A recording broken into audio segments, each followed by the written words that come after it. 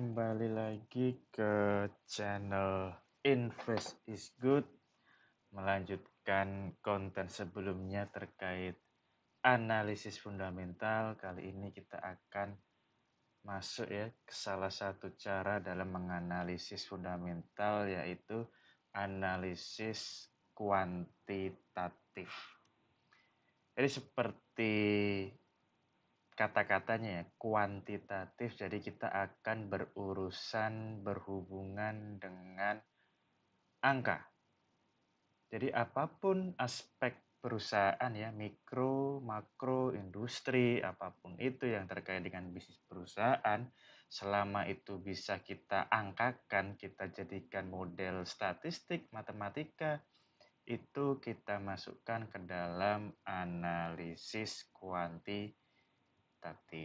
Jadi kita bisa lihat di sini, saya ambil dari Investopedia beberapa perbedaan ya terkait antara kuantitatif dan kualitatif. Yang pertama jelas tipe datanya itu adalah numerikal, apapun yang berupa angka, berupa finansial, statistik, pokoknya muncul angka di situ, yaitu maksudnya kuantitatif. Sementara kualitatif itu berupa informasi yang tidak terlalu bisa dibentuk dengan angka ya, disajikan dengan angka seperti itu. Metodologinya jelas, matematika dan statistik, jadi rekan-rekan akan berurusan dengan menghitung rasio, misalkan menghitung persentase, menghitung seberapa banyak ya, atau statistik ya, jadi berapa banyak market share-nya dan sebagainya seperti itu. Lalu juga objektif tentu saja dan dapat diukur. Berbeda dengan kualitatif ya, kualitatif itu cukup sulit untuk diukur. Jadi kalau ditanya berapa persen, berapa banyak, seberapa kecil, atau seberapa cukup, itu kita hanya mengira-ngira dan subjektif. Dari pribadi satu ke pribadi lain, mungkin akan sangat beragam jawabannya jika terkait dengan analisis kualitatif. Dan kalau kuantitatif itu akan banyak menggunakan kalkulator tentu saja dan juga Excel. Jadi rekan-rekan ya mau tidak mau saya sih menyarankan untuk belajar Excel ya, paling enggak fungsi-fungsi dasarnya untuk memudahkan, karena kalau rekan-rekan serius itu bisa jadi database sebagai dasar nanti untuk memutuskan tindakan apa di pasar modal, mau beli, mau jual, ataupun mau menahan. Seperti itu. Jadi kalau tidak terlalu nyaman dengan angka ya, harapan saya paling tidak bisa ya sedikit berkompromi lah dengan angka, karena ya kembali lagi kalau kita bicara terkait apakah perusahaan untung atau rugi pun juga dinilai dengan angka ya, bukan dari hanya kata-kata bahwa perusahaan itu rugi ya rugi, ruginya berapa gitu, atau untungnya berapa, apakah untungnya ini normal atau sangat-sangat wah ya, sangat-sangat luar biasa dibandingkan kompetitornya, itu kan harus kita bungkus, harus kita sajikan dalam bentuk angka seperti itu. Jadi kalau contoh-contohnya kita akan coba ya menggunakan laporan dari PTBA. Jadi ini kembali lagi, ini bukan satu himbauan, ajakan, atau saya berupaya untuk mempengaruhi keputusan, ini hanya contoh saja. Jadi seperti bisa dilihat ya, bahwa laporan keuangan itu disajikan dengan angka. Jadi rekan-rekan bisa melihat asetnya berapa, aset lancarnya berapa, tidak lancarnya berapa, nilai cash yang dipegang berapa, punya deposito atau tidak, punya piutang berapa, punya utang berapa di sini, utang jangka pendek maupun jangka panjang. Itu bisa dilihat di sini. Nah, unsur-unsur itu tentu kan tidak bisa, ya bisa saja kita sajikan secara kualitatif. Oh, utangnya banyak. Nah, banyak itu kan sangat abstrak ya, dan itu kan harus disajikan dengan angka untuk tahu tepatnya berapa, karena kan nanti akan menentukan keberlangsungan perusahaan. Jika utangnya terlalu banyak, nilainya lebih tinggi daripada industri, nah itu kan bisa menjadi indikasi apakah perusahaan ini masih sehat atau tidak, atau dia memang mengambil utang banyak untuk ekspansi atau ya hanya untuk menutupi sesuatu mungkin. Nah, seperti itu. Jadi bisa dilihat bahwa ya komponen utama laporan keuangan itu angka, disajikan dalam angka, maka kuantitatif ini menjadi salah satu bagian yang penting. Seperti itu. Jadi ya rekan-rekan harus mau tidak mau harus belajar sedikit akuntansi ya, karena kembali lagi cara penyajiannya kan menganut standar akuntansi, tidak harus yang advance, cukup yang sederhana saja.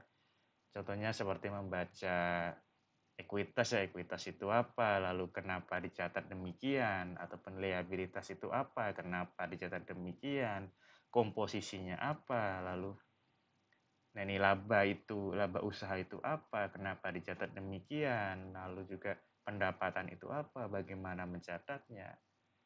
Jadi ketika kuantitatif yang penting rekan-rekan belajar dasar akuntansi dan ya mau tidak mau harus kompromi. Kalau rekan-rekan tidak terlalu suka dengan angka, ya harus belajar sedikit ya, belajar mencintai sedikit. Dan juga sebenarnya Excel itu sudah mencukupi. Jadi kalau butuh alat bantu, Excel itu sudah, Microsoft Excel atau ya sejenisnya itu sudah amat sangat membantu. Jadi bisa dilakukan formula ya, perhitungan di situ.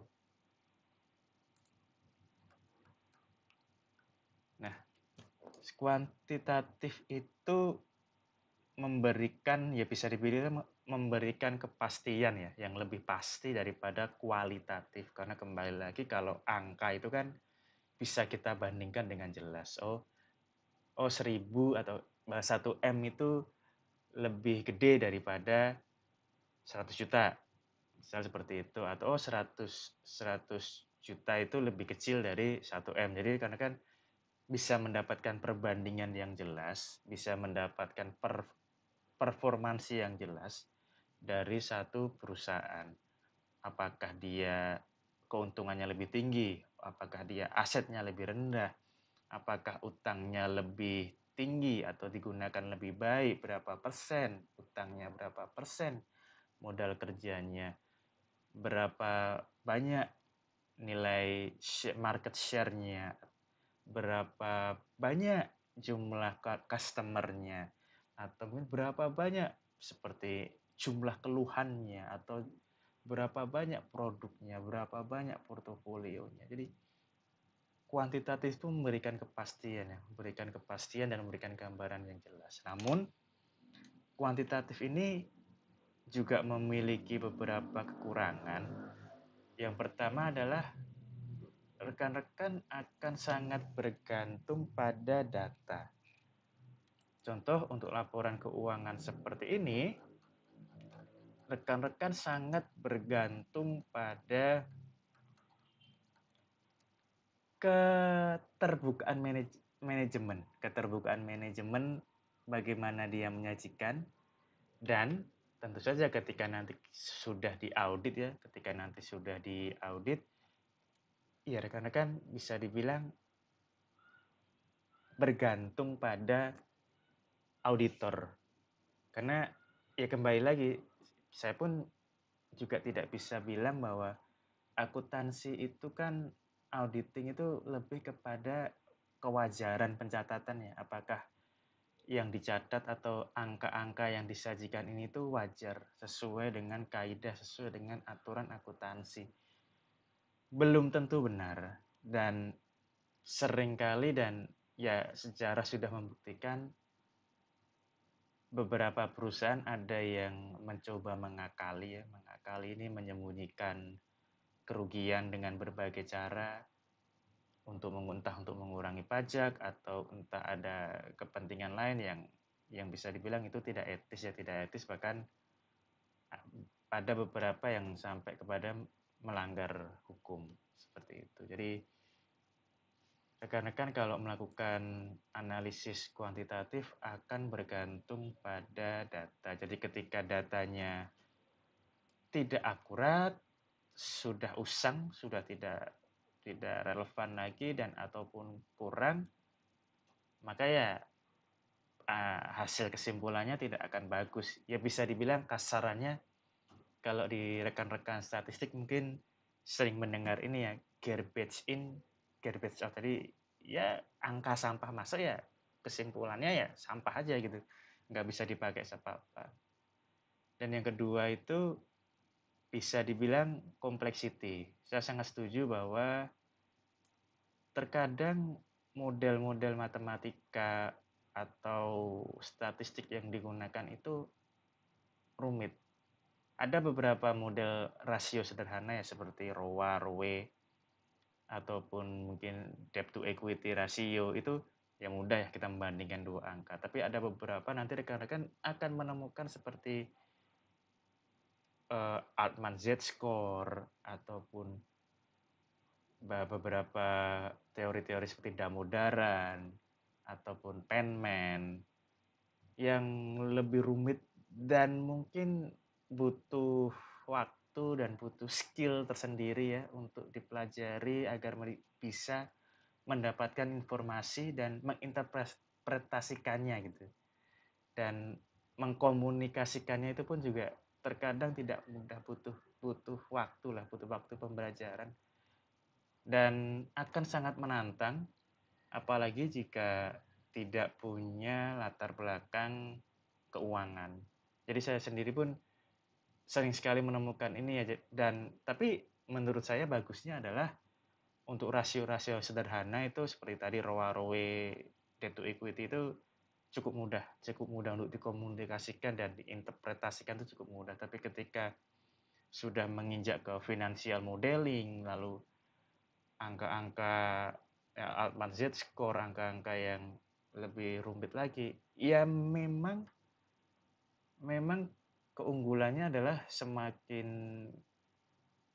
kompleks ya, kadang semakin akurat ya, tidak menentukan juga, tapi ketika kita memasukkan banyak faktor tentu perhitungan akan semakin lebih akurat, tetapi trade off-nya adalah akan semakin rumit dan buang waktu, dan terkadang tidak banyak orang yang punya waktu untuk mempelajari itu. Dan yang ketiga yang saya sangat setuju juga adalah asumsinya itu ya terkadang banyak sekali ya, kalau rekan-rekan sering melihat atau mendengar podcast terkait keuangan, kadang ada yang mengasumsikan bahwa return itu pasti 10%. Ya nyatanya kan tidak ya, nyatanya kan terkadang bisa hanya 4, 5. Bahkan mungkin kalau untuk SPN sekarang kalau sudah dikurangi pajak itu cuma 5, sekian, di bawah 6% seperti itu. Ya asumsinya kadang terlalu optimis dan tidak menggambarkan real ya, kejadian real. Apalagi ketika podcasternya itu dari luar negeri di negara yang ekonominya lebih maju ya, lebih kuat seperti Amerika ataupun Eropa. Ya jadi tidak bisa dibandingkan gitu dengan kondisi pasar modal di Indonesia. Ya mungkin ada tapi tidak terlalu relevan lah. Tidak terlalu relevan menurut saya. Perlu kita modifikasi lah seperti itu. Dan tentu saja ini ya cost time intensive. Jadi misal rekan-rekan mau mengolah data ini, ya kembali lagi semakin banyak data, semakin banyak angka ya asumsinya, kembali lagi asumsinya itu benar, ya maka akan semakin bagus. Tapi trade off-nya rekan-rekan waktunya tidak sedikit. Butuh waktu yang lama dan kadang ya lebih duluan harga sahamnya naik daripada rekan-rekan selesai dalam membuat satu model perhitungan seperti itu. Tapi kembali lagi, menurut saya ya paling tidak dasar-dasarnya itu wajib bisa dimengerti lah, wajib tahu lah apa itu aset, apa itu keuntungan, bagaimana angka yang membentuk, angka apa saja yang membentuk aset, angka apa saja yang membentuk keuntungan, membentuk modal, membentuk liabilitas. Itu menurut saya tetap penting ya. Jadi tidak bisa semata-mata kita tidak pedulikan, karena kembali lagi ya namanya keuntungan kan diukur dengan angka. Kalau rekan-rekan penganut dividen pun dihitung berdasarkan angka gitu, angka profitnya berapa baru dikalikan persentase mau dibagikan berapa, dan rekan-rekan pun menghitung pajaknya pun dengan angka. Jadi ya ketika memasuki pasar modal, ya konsekuensinya mau tidak mau harus mulai mencintai matematika sederhana lah dan akuntansi tentu saja. Jadi demikian ya untuk analisis kuantitatif. Nanti untuk di konten berikutnya akan kita lanjutkan untuk analisis kualitatif. Terima kasih sudah menonton, semoga tetap sehat ya, tetap cuan. Terima kasih, sampai jumpa di konten berikutnya. Sampai jumpa.